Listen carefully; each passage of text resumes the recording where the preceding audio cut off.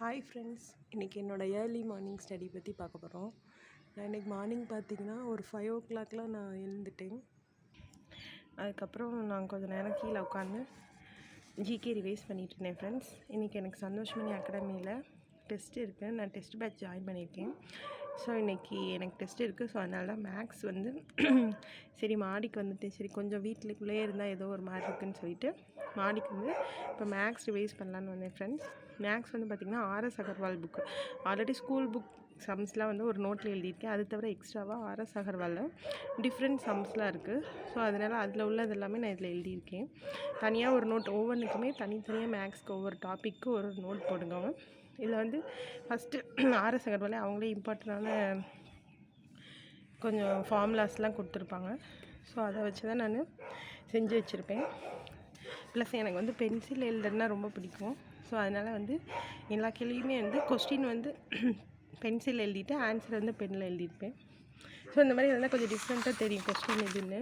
Black pen கூட use பண்ணலாம், ஆனால் எனக்கு வந்து பென்சில் எழுதுறது பிடிக்குங்கிறனால நான் வந்து யூஸ் பண்ணியிருக்கேன். இந்த மாதிரி நம்ம எல்லா சம்ஸும் செஞ்சு வச்சுட்டோன்னா ஸோ ஈஸியாக இருக்கும்.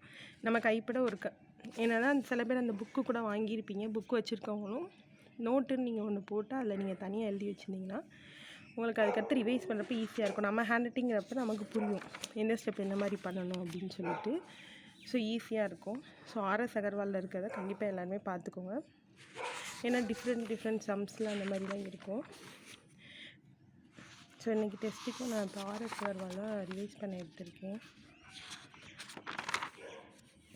இதில் வந்து பார்த்திங்கன்னா இந்த சம்லாம் பார்த்திங்கன்னா கொஞ்சம் ட்விஸ்ட் இருக்கும். நம்ம நார்மலாக போடுற மெத்தடில் போடும், அப்புறம் பார்த்தா ட்விஸ்ட் இருக்கும். ஸோ அதெல்லாம் வந்து நான் இம்பார்ட்டனாக குறித்து வச்சுருப்பேன். கொஞ்சம் டிஃப்ரென்ஸாக வர சம்ஸ்லாம் இந்த மாதிரி போடணும்னு குறிச்சிருப்பேன். ஸோ லாஸ்ட் டைம் நம்ம இப்போ எக்ஸாம் நான் ரிவைஸ் பண்ணுறோன்னா டைம் இல்லாதப்போ நார்மலாக இருக்க சம்மை பார்க்கறதா இந்த மாதிரி நம்ம எதாவது டிஃப்ரெண்ட்டாக இருக்குதுன்னு போட்டிருந்தோன்னா அதை மட்டும் பார்த்துட்டு கூட போகலாம்.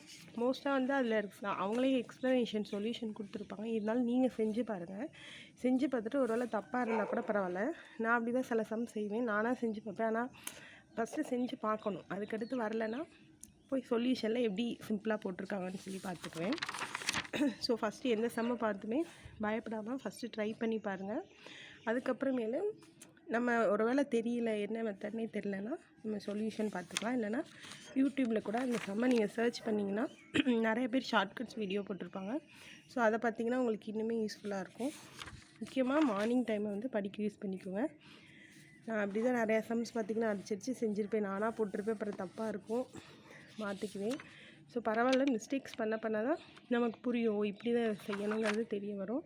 ஸோ நீங்களும் இந்த மாதிரி மேக்ஸ்க்குன்னு ஒரு நோட் போட்டுக்கோங்க. இது வந்து சிம்பிளிஃபிகேஷன் ஃபுல்லாகவே. இதே வந்து பார்த்திங்கன்னா 150 சம்ஸ் கிட்ட போட்டு வச்சுருக்கேன். ஸோ இது ப்ளஸ் ஸ்கூல் புக் சம்ஸு இதெல்லாம் நீங்கள் பார்த்தாலே போதும். மேக்ஸ்க்கு வந்து ப்ராக்டிஸ் தான் இம்பார்ட்டன்ட். ப்ராக்டிஸ் பண்ணால் போதும். மேக்ஸ்க்கு வேறு எதுவுமே எக்ஸ்ட்ரா பண்ண தேவையில்ல. ப்ராக்டிஸ் மாதிரி பண்ணிகிட்டே இருங்க. நம்மள அறியாமலே எக்ஸாமில் ஒரு சம்மை பார்த்தோன்னே நம்ம கை அப்படியே எழுத ஆரம்பிச்சிட்டு இப்படி தான் போடணும்னு சொல்லிட்டு.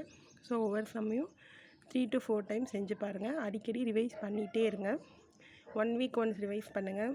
இல்லைனா 1 month ஆயிடுச்சுன்னா கூட நமக்கே தெரியும், ஐயோ இந்த மேக்ஸ் டாபிக் பார்த்து ரொம்ப நாள் ஆச்சுன்னு சொல்லிட்டு அடுத்து அந்த டாப்பிக்கை ரிவைஸ் பண்ணுங்கள். பார்த்துக்கிட்டே இருங்க. எல்லாமே ஈஸி தான். ஸோ மேக்ஸில் வந்து நான் வந்து ஃபஸ்ட் டைம் குரூப் 4 எழுதினப்போ 2022 எழுதினேன். அப்போ வந்து மேக்ஸ் வந்து எனக்கு ரொம்ப ஈஸியாக இருந்துச்சு. ஏன்னா கொஸ்டின் வந்து சிம்பிளாக கேட்டாங்க. 23 கரெக்டாக போட்டேன்.